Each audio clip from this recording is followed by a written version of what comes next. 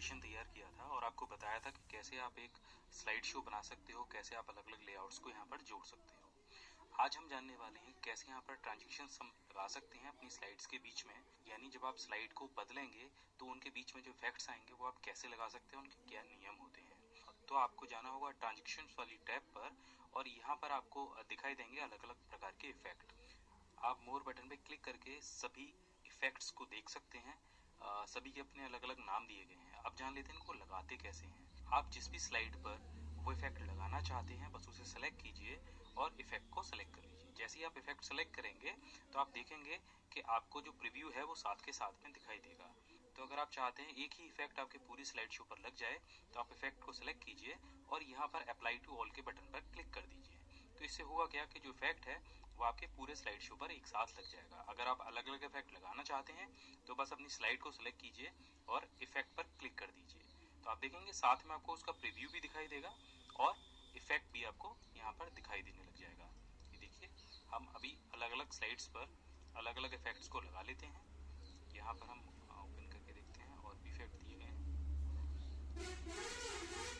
ये देखिए हमने सभी स्लाइड्स पर अलग अलग इफेक्ट्स को यहाँ पर लगा लिया है। अब जब आप कोई भी इफेक्ट सेलेक्ट करेंगे तो यहाँ पर आपको इफेक्ट ऑप्शन मिलेगा।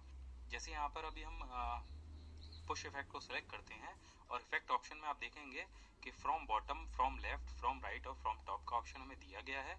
इसी तरीके से सभी इफेक्ट्स के अलग अलग ऑप्शन दिए होते हैं। ऐसा नहीं है कि आप एक इफेक्ट को सिलेक्ट करेंगे और वो उसी तरीके से काम करेगा। आप जैसे चाहे उसे मॉडिफाई कर सकते हैं। तो यहाँ पर ये जो पुश इफेक्ट है, अगर आप चाहते हैं कि ये बॉटम से ऊपर आए तो आप यहाँ से सिलेक्ट कर सकते हैं। अगर आप चाहे तो ये लेफ्ट से आए तो आप लेफ्ट से सिलेक्ट कर सकते हैं।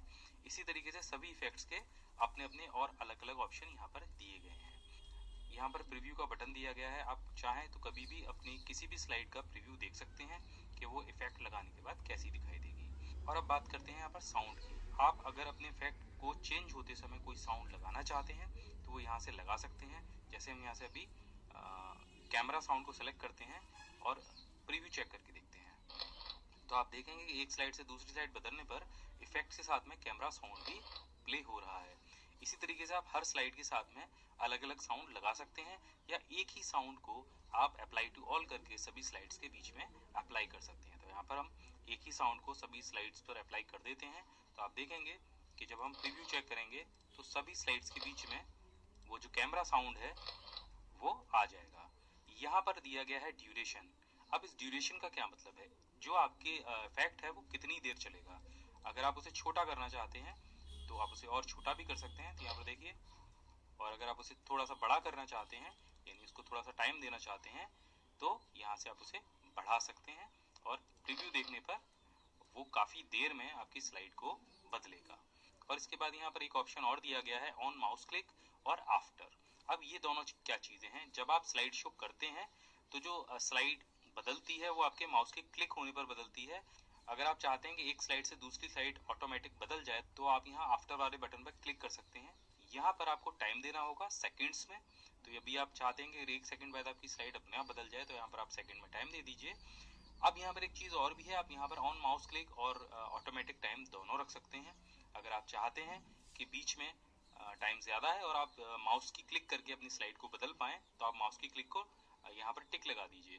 अगर आप चाहते हैं कि जो आपकी स्लाइड शो है वो ऑटोमेटिक चलता रहे तो आप सिर्फ यहाँ पर टिक लगाइए यानी आफ्टर पर टिक लगाइए और अपने स्लाइड शो को रन करा दीजिए। तो हम स्लाइड शो को एक बार चला के देख लेते हैं। हमें स्लाइड शो रन कराने के लिए कहीं नहीं जाना है, आपको सिर्फ अपने कीबोर्ड से F5 बटन को प्रेस करना है। तो आप देखेंगे आपका स्लाइड शो चलने लग गया है। तो एक एक करके हम सभी स्लाइड्स को चला के देख लेते हैं। अभी हमने सबके बीच में एक ही इफेक्ट को अप्लाई किया है और ये देखिए आपका स्लाइड शो खत्म हो गया। तो इस तरीके से आप अपने स्लाइड शो में जो ट्रांजिशन इफेक्ट्स हैं उनको लगा सकते हैं।